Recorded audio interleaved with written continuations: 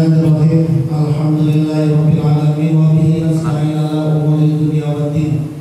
Wassalatu wassalamu ala sayyidil mursalin sayyidina wa habibina wa syafi'ina wa maulana Muhammadin wa ala alihi wa sahbihi ajma'in. Amma ba'du, khususan man sannafa hadha kitab. Allah ta'ala wa nafa'na bihi wa bi ulumihi wa bi ulumihi wa bi ulumihi wa fi daraini amin. Al-Fatihah. A'udzu billahi minasy syaithanir rajim. Bismillahirrahmanirrahim.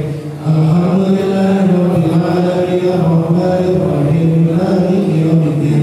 Iyyaka na'budu wa iyyaka nasta'in ihdinas siratal mustaqim siratal ladzina an'amta 'alaihim ghairil maghdubi 'alaihim waladdallin. Amin. Bismillahirrahmanirrahim. Para asatidz, sahabat-sahabat sekalian, kita melanjutkan pada pembahasan kitab Al-Mursalat wal Munajat Al-Imam Ibnu Athaillah As-Sakandari. Bismillahirrahmanirrahim. Wa man ayqana anna Allah yatlubuhu shadaqat talaba ilaihi. Wa man, dan barang siapa, ayqana yang meyakini, siapa man, ayqana yang meyakini siapa orang, annallaha, bahwasanya Allah itu yatlubuhu, mencari siapa Allah, hu pada man.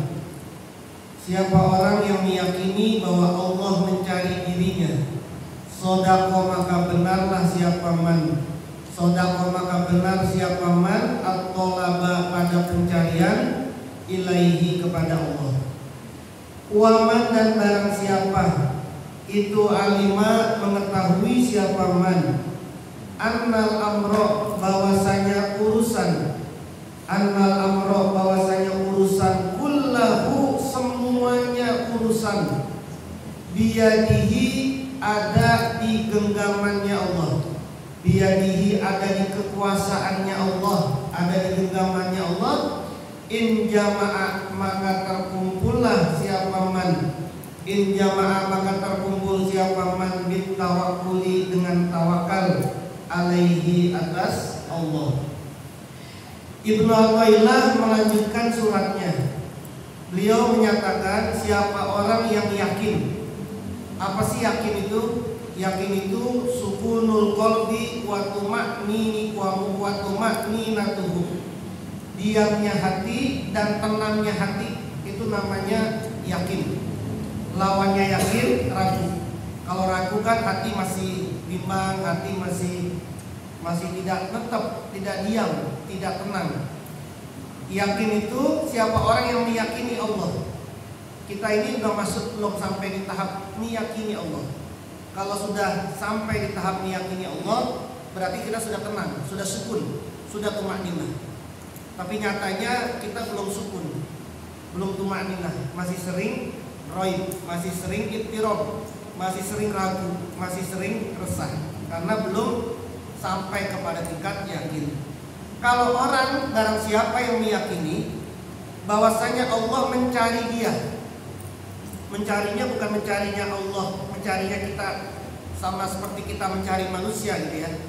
Mencarinya Allah beda dengan mencarinya makhluk. Kalau mencari kita kan, mana nih si anu nih? Oh, ada di sana, ada di sana. Itu kan kita tidak tahu gitu. Maka kemudian kita mencari-cari. Mencarinya Allah itu ya bukan mencari seperti manusia. Mencari Allahnya itu memperhatikan kepada kita. Jadi siapa orang yang meyakini Allah itu memperhatikan dia, mencari dia, mencari dalam rangka memperhatikan dia, maka benarlah pencarian dia kepada Allah. Apa sih pencarian Allah kepada kita itu apa? Yang pertama, bahwasanya Allah mencari kita untuk melaksanakan, menjalankan hak-hak manusia sekaligus tugas-tugas ketuhanan. Jadi yang pertama, Allah ini pasti mencari kita untuk apa? Untuk melaksanakan hak-hak kita nih.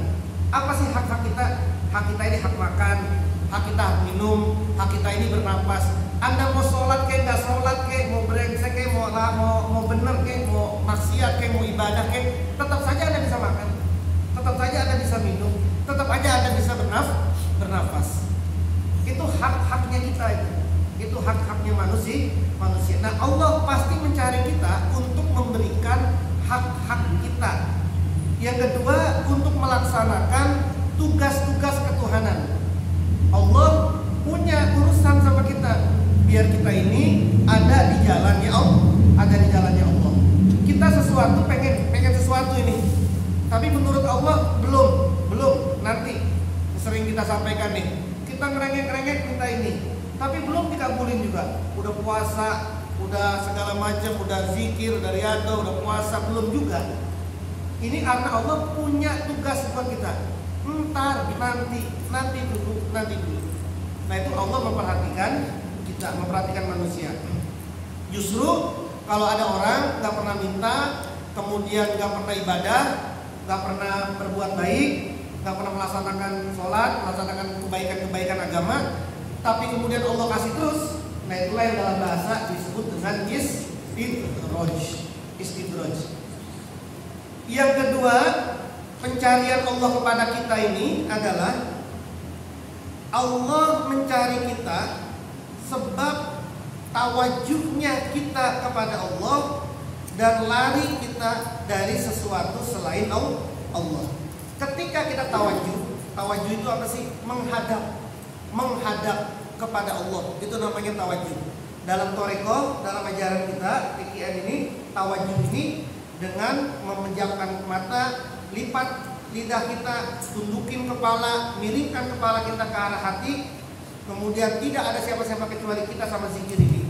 Itu namanya tawajuh. Saat kita tawajuh kepada Allah, disitulah Allah ada buat kita. Disitulah Allah menemukan kita, memperhatikan kita. Yang ketiga, Allah ini, pencarian Allah itu berupa apa? Berupa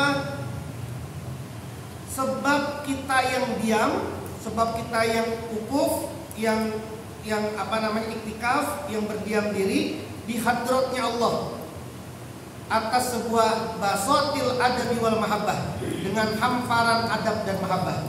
Jadi kita duduk zikir, duduk baca Quran, duduk berselawat, duduk kemudian melaksanakan tasbih, tahlil segala macam.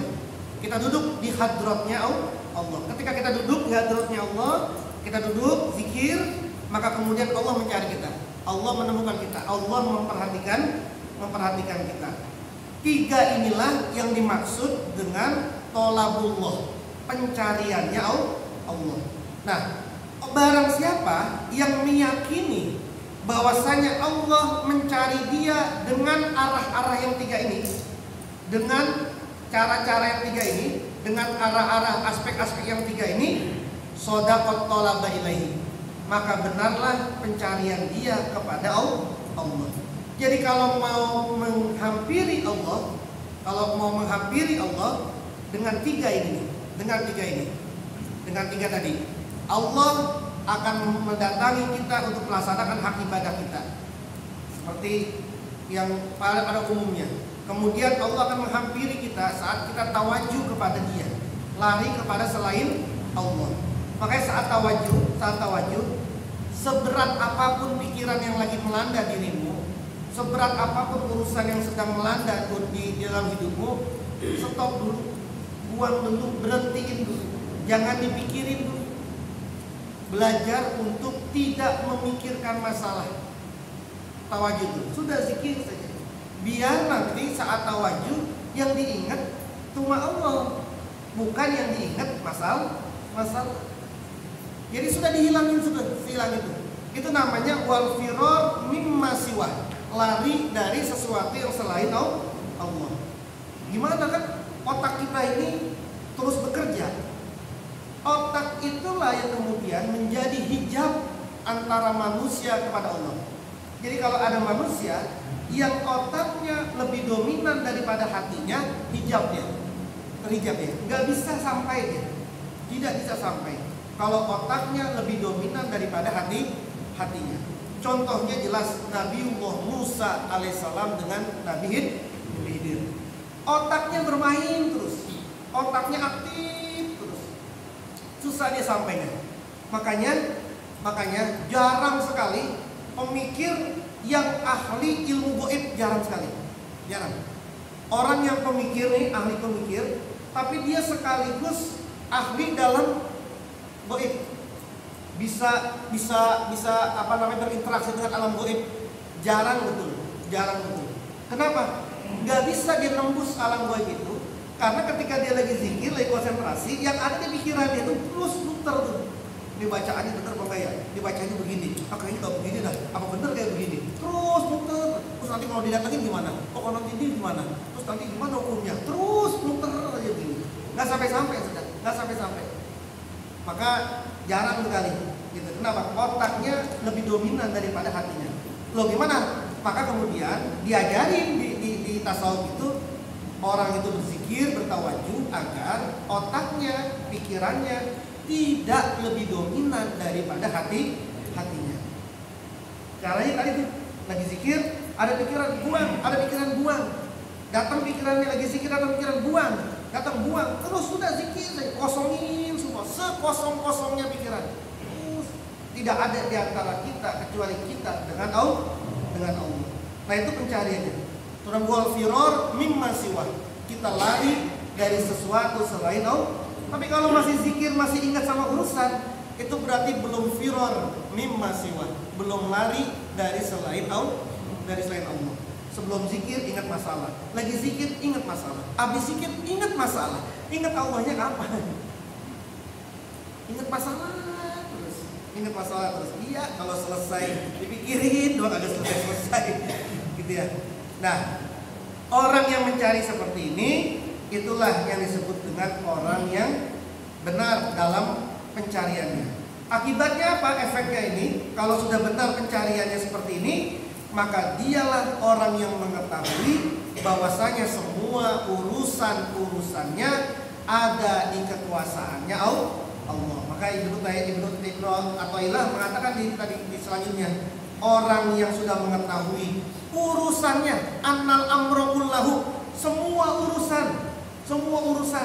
urusan apa saja, mulai dari urusan ranjang sampai urusan di perusahaan, di kantor, semua urusan biyadihi, ada di kekuasaannya Allah. Orang yang sudah mengerti ini, karena dia tadi tolak, sudah mencarinya benar, maka kemudian dia sudah mengetahui, sudah ini semua urusannya ada di Allah, maka terkumpullah tawakalnya dia kepada Allah.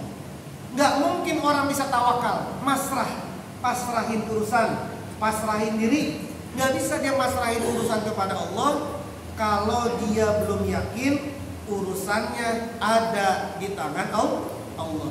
Jadi gimana? Kita kerjain saja sudah, secara ikhtiar rohani kita sudah, ikhtiar jasmani sudah, selebihnya urusan Allah, serahin kepada Allah. Wa may yatawakkal 'alallah fa huwa hasbuh. Orang yang tawakal, yang memasrahkan dirinya kepada Allah, maka Allah akan mencukupi urusan-urusan dia. Innallaha balighu amri. Allah sesungguhnya yang menyampaikan urusan dia. Kalau kau pedagang, Allah yang akan menyampaikan para konsumen kepada dirimu. Kalau engkau punya jasa, maka klien-klienmu lah yang akan didorong oleh Allah untuk datang kepadamu. Semua yang menyampaikan urusannya adalah Allah. Qad ja'alallahu likulli syai'in qadra. Sungguh tidak ada yang tidak bisa dilakuin sama Allah, karena semua sesuatu Allah maha mampu.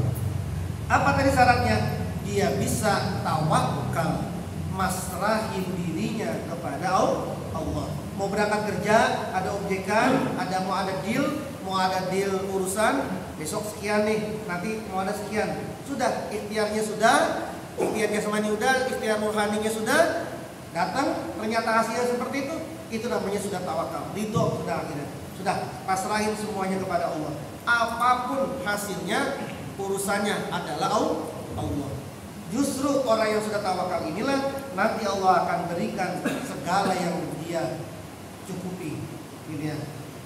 Tapi atas nama Allah, bukan keinginan kita. Yang diinginin Allah. Kalau sudah diinginin Allah, pasti ada sesuatu yang paling baik. Wa innahu la budda li bina'i hadzal wujud. Wa innahu, dan sesungguhnya sa'an. Ini semua tadi nih. Sesungguhnya ini tawakal, yakin tadi nih. La budda, pasti. Li bina'i hadzal wujudi, untuk bangunan wujud ini. Untuk bangunan wujud ini agar terwujud tawakal, agar terwujud yakin, antan hadima, hendaklah menghancurkan, merobohkan, antan dan antan hadima, akan hancur, bukannya hendaklah, antan hadima akan roboh, akan hancur, da'aimuhu, apa penyanggah-penyanggahnya bangunan, da'aimuhu, apa penyanggah-penyanggahnya bina, penyanggah-penyanggahnya bangunan, wa antuslaba, dan akan dicopot, karoimuhu, apa kemuliaan-kemuliaannya bina. Tidak sampai kepada tawakal, tidak sampai kepada yakin, kalau bangunannya, penyanggahnya tidak dirobohkan dulu, kemuliaannya tidak dicopot dulu. Tidak bisa akan sampai kepada tawakal, tidak akan bisa sampai kepada yakin. Orang mau yakin, tidak bisa sampai diyakin kalau dia belum merobohkan sifat keakuannya dia. Bahwa ini mah saya bisa ngelakuin ini mah. Ini mah saya bisa ngerjain ini. Ini dirobohin dulu nih. Baru nanti bisa yakin, baru bisa tawakal terhadap Allah. Kalau nanti ego-egonya dalam diri dia ini kemudian tidak dirobohkan, maka kemudian tidak bisa sampai tawakal, tidak bisa sampai diyakin. Robohin juga kemuliaan-kemuliaannya berupa apa? Dulu kita menganggap bahwa nih nanti transaksi ini 100 juta adalah yang baik. 100 juta ini kemuliaan. Hasil dari transaksi ini 100 juta ada kemuliaan. Kurang dari 100 juta bukan kemuliaan. Ini dirobohin dulu ini. Kalau nanti ini tidak dirobohin, ketika nanti sampai yang pernah saya ceritakan itu, tiba-tiba dapatnya cuma 95 juta, kurang 5 juta itu, sampai 100 juta, kurang 5 juta, tidak akan terlihat 95 jutanya. Yang terlihat kurangnya 5 juta. Akhirnya apa? Tidak ada tawakalnya kepada Allah. Kalau sudah tidak ada tawakalnya kepada Allah, maka kemudian tidak ada juga syukurnya kepada Allah. Maka Allah menetapi kita ini dengan apa? Merubah sesuatu yang zahir dirubah menjadi yang batin. Dunia ini zahir. Kita memandang dunia ini zahir. Maka Allah menetapkan kita untuk dirobohkan pandangan-pandangan kita terhadap dunia, sehingga berbalik, yang tadi dunia ini kita mandangnya zahir, tapi kita kemudian memandangnya secara batin. Apa misalnya? Kita menganggap hidup ini selamanya, bahwa dunia ini segala-galanya, bahwa kekayaan adalah segala-galanya, bahwa kemuliaan jabatan segala-galanya. Padahal itu bukan yang segala-galanya, tapi kan itu zahir. Maka kemudian yang zahir tadi itu materinya, jabatannya, kekuasaannya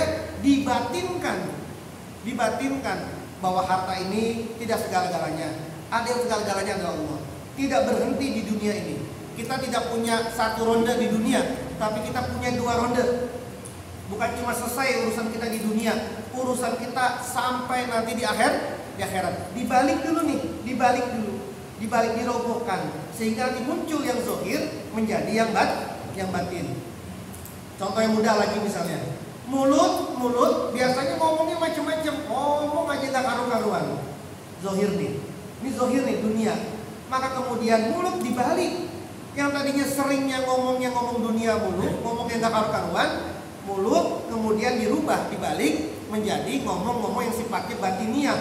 Banyakin zikir, banyakin selawat, banyakin baca Quran. Itu namanya membalik. Tangan biasanya mah buat pegang handphone terus nih. Dibalik nih. Pegang apa? Pegang tasbih, pegang Quran gitu ya. Ini mah lamaan pegang handphonenya sama pegang tasbihnya. Lamaan pegang handphonenya sama lain pegang Qurannya. Tapi kan kita kan nggak pakai tasbih, kita mah begini-gini saja. Jadi pegang handphone juga sambil zikir hobi saja. Itu namanya alasan. ngedalil, mendalil. Ya. Jadi dibalik itu dibalik. Nah, begitupun juga dihancurkan tadi itu, dicopot itu karo ilmu kemuliaan-kemuliaannya. Yang tadi kita memandang bahwa dunia adalah keindahan yang sangat nyata sekali. Maka kemudian dibalik itu dirobohkan, dicopot kemuliaan dunia ini, bahwa yang paling mulia itu bukan dunia. Yang mulia mah nanti ada di akhirat.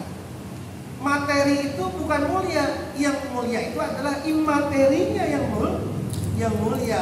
Itu dicopot kemuliaannya. Kekuasaan mah tidak mulia, kekuasaan dunia mah tidak mulia, kekuasaan akhirat yang mulia. Jadi kemuliaan itu dicopot. Untuk sampai di mana tadi itu? Untuk sampai di mana? Untuk sampai di tingkat yakin dan tawakal kepada Allah. Dalam Quran dikatakan, yauma tubaddalul ardu ghairal ardi was samawati. Hari di mana bumi diganti dengan bumi yang lain. Begitupun juga langit. Secara syariat, tafsir syariatnya, ya bumi ini nanti diganti dengan bumi yang lain. Langit ini diganti dengan langit yang lain. Tapi secara tasawuf, bumi kita sekarang ini, yang sekarang kita ini ahli zohir, melihatnya sesuatu yang nyata saja. Pokoknya orang materialistis gitu ya. Maka kemudian diganti dengan bumi yang spiritualistis. Memandang harta beda. Dulu memandang harta adalah materi, sekarang mah memandang harta dengan spiritual. Kerjanya mah tetap, nyari duitnya mah tetap, tapi orientasinya dan cara bekerjanya yang beda. Kalau dulu mah kerja semuanya pokoknya duit. Sekarang mah tetap kerja, tapi orientasinya adalah akhirat. Nah, inilah yang kemudian Ibnu Athaillah melanjutkan kepada pembahasannya, fal akil man kana bima huwa abqa, fal akilu maka adapun orang yang berakal.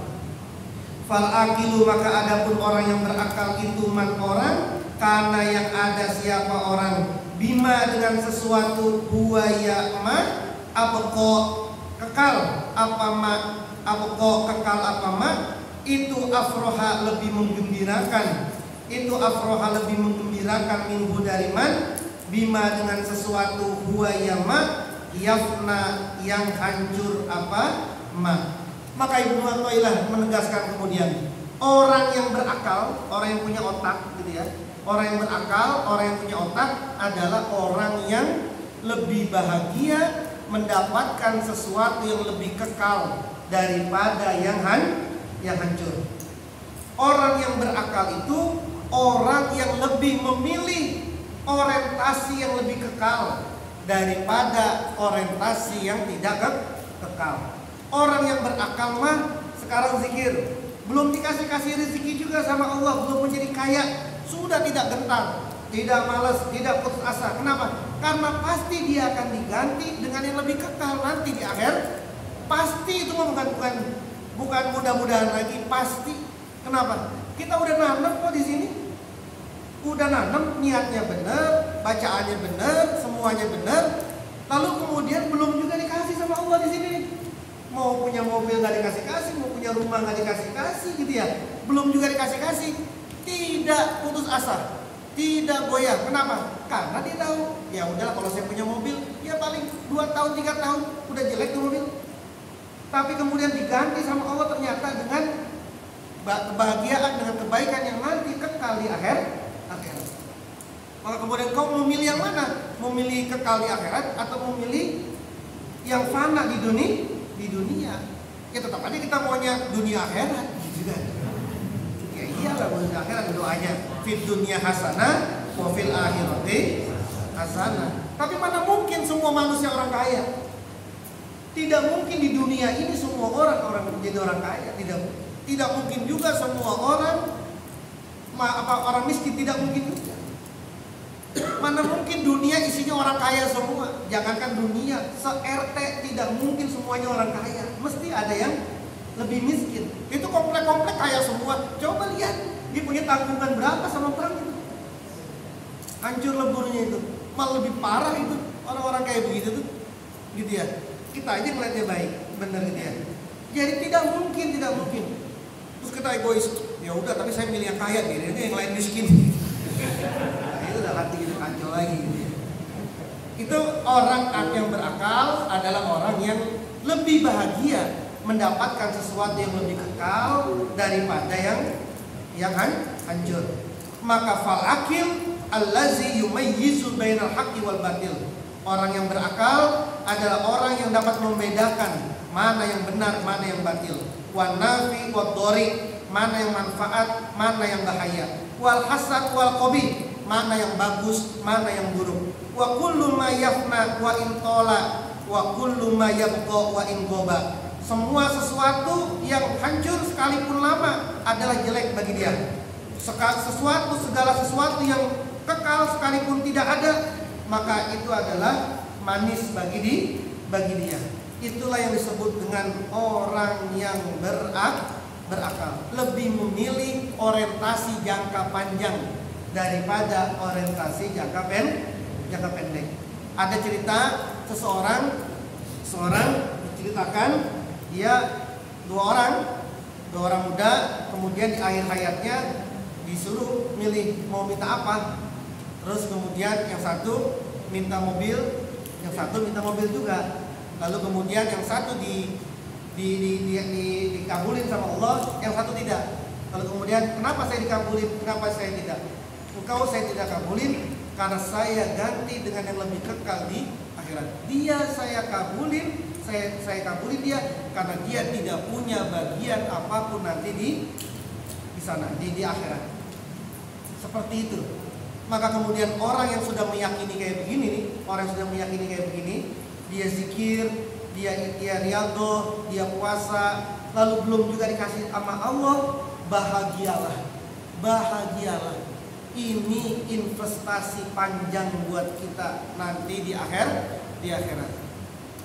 Jadi bahagia, bukan malah saya kok udah zikir mulu, saya kok udah duduk tahajud mulu, saya kok udah duha mulu, tapi kok belum juga dikabul-kabulin ya. Sudah, senanglah, bahagialah. Ini berarti akan dikasih nanti di akhirat. Dan itu yang abqa, itu yang lebih kekal. Tapi kan kalau belum punya orientasi akhirat tadi ini, kalau tadi belum nyampe di wala Buddha libina ihadzal wujud, kalau belum sampai di tahapan pikiran bahwa akhirat adalah yang lebih kekal, yang lebih baik, itu kan nggak tertarik kita. Akhirat kan belum nyata gitu ya. Iya kalau ada, ini kok butuhnya sekarang bukan besok gitu kan. Butuhnya sekarang mobil, bukan nanti di surga. Surga mah urusan nanti, urusan sekarang dulu nih gitu ya. Itu karena tadi tuh tidak sampai kepada berpikir merobohkan tadi bahwa ada alam gaib setelah alam akhirat. Wallahu a'lam bis